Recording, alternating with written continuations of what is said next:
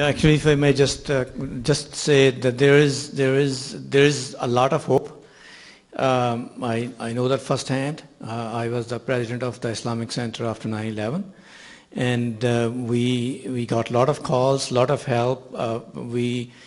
So those of you who are Muslims who feel threatened or who are afraid, we live in good communities. Connect with your law enforcement people, connect with your communities, and there is a lot of good news. We don't have enough time, or I can share it all with you.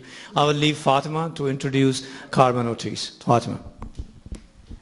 We just want to thank Carmen Ortiz. She's really the person who is leading Bridges and doing wonderful things with us. She's in a busy schedule. She attends meetings. She's tireless. She's very supportive of Bridges, and we want to thank her very much for her contribution to Bridges.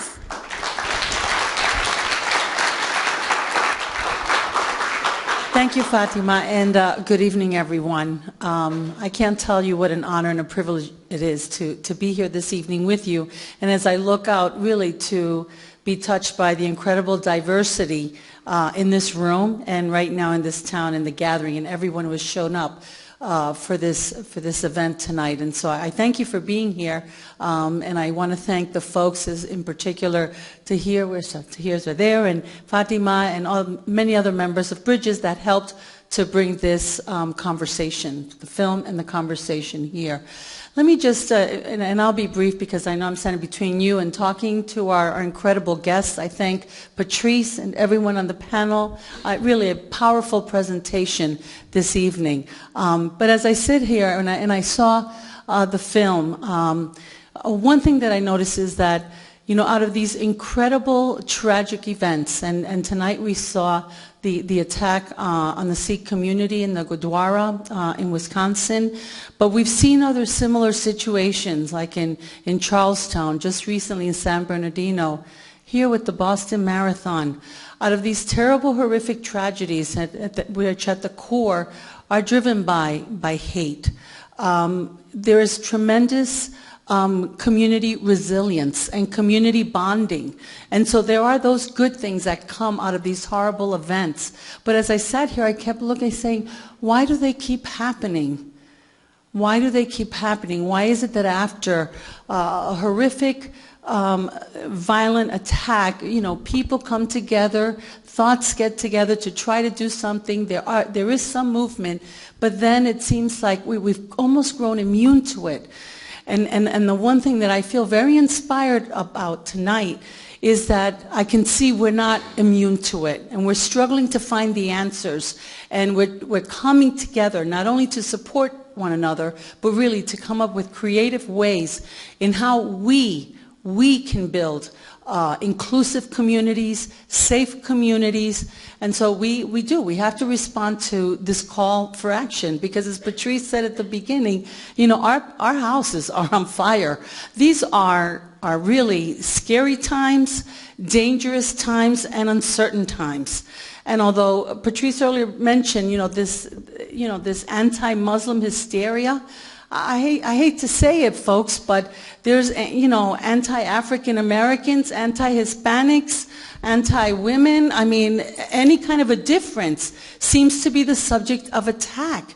And I think that the reason for some of this anger and some of this hatred is ignorance, is fear, is poverty, is lack of education, lack of awareness. And so I think it's up to us really to come together as a community and be proactive and make a difference and share moments like this and other kinds of group gatherings as a community. But I also think that individually it's incumbent upon each and every one of us, when we are in a certain setting, when we observe a certain injustice, to not stay quiet, to not be silent. A very brief story. Several years ago, when I started working with Bridges, and I started when I became U.S. Attorney, so it's been almost 6.5 years now, and it's been one of the best parts of my job, because it has made me aware to a community that really, the Arab, Muslim, and Sikhs, that I really did not engage with at all. But as I grew to learn more, One of the reasons why, I think Fatima, at one of the very early meetings, I was saying, why do people have these thoughts about us? Why don't they understand? I think it's because you have to be more vocal, have more events like this. You have to engage in the propaganda that those that hate ethnic groups and are ignorant of ethnic groups engage in.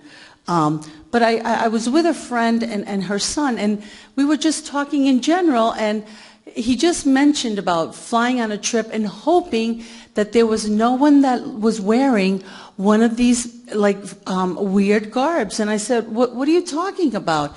And they described, that if they saw someone in a hijab or in a garb, that they would be scared, that they think there was a terrorist on the plane. And I was shocked. I was shocked that this young boy had this impression, and I spent the rest of the afternoon talking to him about differences and what the meaning of Islam and how much I had learned, in the previous year and being aware. And I think he felt comforted, but I thought to myself, my gosh, so ignorant because of being unaware, already had this image in his head. So I say that individually we have to seize every single opportunity we can to make people publicly aware, to make them sensitive to others' differences, and really to have a voice in this. But I'll just close by saying that the U.S. Attorney's Office is very committed and dedicated to working not only with Bridges, but really with a variety of different groups. We have a very vibrant civil rights unit in our office. I work with tremendous folks who participate in outreach efforts with youth on prevention, with returning citizens from prison on reentry. And so I think in all these fashions, we try to make a difference in our community. So thank you again. It's a real pleasure to be here, and I'll stick around for a little bit if anyone wants to talk. And please, let's give a warm thank you to our guests. Thank you.